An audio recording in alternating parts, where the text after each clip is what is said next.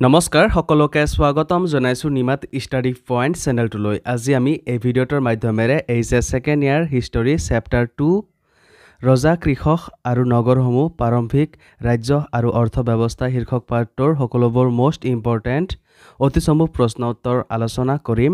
আজিৰ এই ভিডিঅ'টোত আমি যিবোৰ প্ৰশ্ন উত্তৰ আলোচনা কৰিম এইবোৰ প্ৰশ্ন উত্তৰ তোমালোকৰ এক্সামত প্ৰায়ে আহি থাকে। সো ভিডিঅ'টো প্লিজ শেষলৈকে চাবা। যদি তুমি এতিয়ালৈকে এই চেনেলটো সাবস্ক্ৰাইব কৰা নাই তেন্তে প্লিজ চেনেলটো সাবস্ক্ৰাইব কৰি দিবা আৰু এইটো ভিডিঅ' তোমালোকৰ বন্ধু বান্ধৱী অথবা হিষ্টৰীৰ হোৱাটছআপ গ্ৰুপত শ্বেয়াৰ কৰি দিবা। মৰমৰ ছাত্ৰ ছাত্ৰীসকল, এইটো ভিডিঅ'ৰ ডেছক্ৰিপশ্যনত এইচএছ ছেকেণ্ড ইয়াৰ হিষ্টৰীৰ সকলো চেপ্টাৰৰ ভিডিঅ'ৰ প্লেলিষ্টৰ লিংক দিয়া আছে, তাত ক্লিক কৰি তোমালোকে সকলো চেপ্টাৰৰ ভিডিঅ'বোৰ চাই ল'বা। সো বলা তেন্তে বেছি পলম নকৰি আজিৰ ভিডিঅ'টো আমি আৰম্ভ কৰোঁ। 1 নম্বৰ প্ৰশ্ন, মৌৰ্য সাম্ৰাজ্যখন কোনে স্থাপন কৰিছিল? উত্তৰ, মৌৰ্য সাম্ৰাজ্যখন চন্দ্ৰগুপ্ত মৌৰ্যই স্থাপন কৰিছিল। 2 নম্বৰ প্ৰশ্ন, ব্ৰাহ্মী আৰু খাৰষ্ঠী লিপিৰ পাতোদ্ধাৰ কোনে কৰিছিল? উত্তৰ, ব্ৰাহ্মী আৰু খাৰষ্ঠী লিপিৰ পাতোদ্ধাৰ জেমছ প্ৰিন্সেপে কৰিছিল। 3 নম্বৰ প্ৰশ্ন, অৰ্থশাস্ত্ৰ নামৰ পুস্তকখন কোনে ৰচনা কৰিছিল? উত্তৰ, অৰ্থশাস্ত্ৰ নামৰ পুস্তকখন কৌটিল্য বা চাণক্যই ৰচনা কৰিছিল। 4 নম্বৰ প্ৰশ্ন, দেৱনাম প্ৰিয়াদৰ্শ উপাধি পোৱা ৰজাজন কোন আছিল? উত্তৰ, দেৱনাম প্ৰিয়াদৰ্শ উপাধি পোৱা ৰজাজন মৌৰ্য সম্ৰাট অশোক আছিল। 5 নম্বৰ প্ৰশ্ন, অশোকৰ সৰহসংখ্যক লিপিবোৰ কি ভাষাত লিখা হৈছিল? উত্তৰ, অশোকৰ সৰহসংখ্যক লিপিবোৰ প্ৰাকৃত ভাষাত লিখা হৈছিল। মৰমৰ ছাত্ৰ ছাত্ৰীসকল, ভিডিঅ'টো আগবঢ়োৱাৰ আগতে এটা সুখবৰ, তোমালোকৰ বাবে আমি অতি কম মূল্যত মাত্ৰ 49 টকাত HS second year history complete question answer guide প্ৰস্তুত কৰিছোঁ। যোৱা বছৰ যিসকল ছাত্ৰ ছাত্ৰীয়ে এই হিষ্টৰীৰ ই বুকটো পাৰচেছ কৰিছিল তেওঁলোকে ফাইনেল এক্সামত লেটাৰ মাৰ্ক সহ ভাল ফলাফল দেখুৱাই মা দেউতাৰ লগতে নিজৰ নাম উজ্জ্বল কৰিছিল।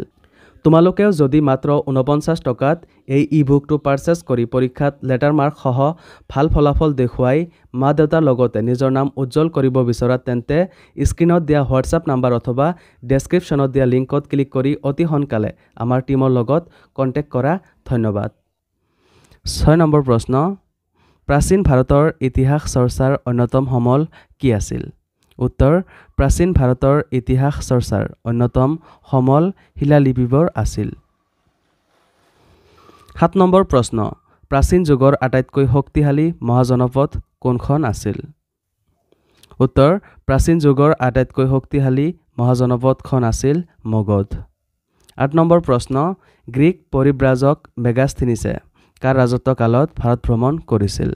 উত্তৰ, গ্ৰীক পৰিব্ৰাজক মেগাস্থিনিছে মৌৰ্য সম্ৰাট চন্দ্ৰগুপ্তৰ ৰাজত্বকালত ভাৰত ভ্ৰমণ কৰিছিল। 9 নম্বৰ প্ৰশ্ন, মৌৰ্য সাম্ৰাজ্য কিমান বছৰ ধৰি বৰ্তি আছিল? উত্তৰ, মৌৰ্য সাম্ৰাজ্য প্ৰায় 150 বছৰ ধৰি বৰ্তি আছিল। 10 নম্বৰ প্ৰশ্ন, ইণ্ডিকা নামৰ গ্ৰন্থখন কোনে ৰচনা কৰিছিল? উত্তৰ, ইণ্ডিকা নামৰ গ্ৰন্থখন মেগাস্থিনিছে ৰচনা কৰিছিল। 11 নম্বৰ প্ৰশ্ন, মগধ ৰাজ্যৰ ৰাজধানী ৰাজগৃহৰ পৰা কলৈ স্থানান্তৰিত কৰা হৈছিল?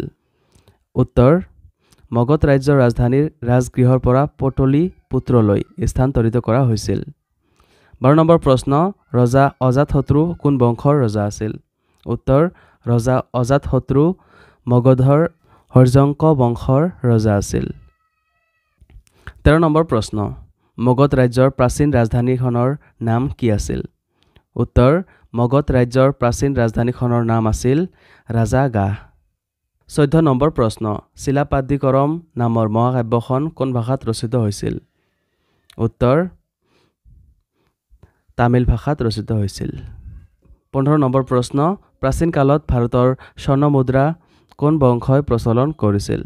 উত্তৰ, প্ৰাচীন কালত ভাৰতৰ স্বৰ্ণমুদ্ৰা কুষাণ ৰাজবংশই প্ৰচলন কৰিছিল।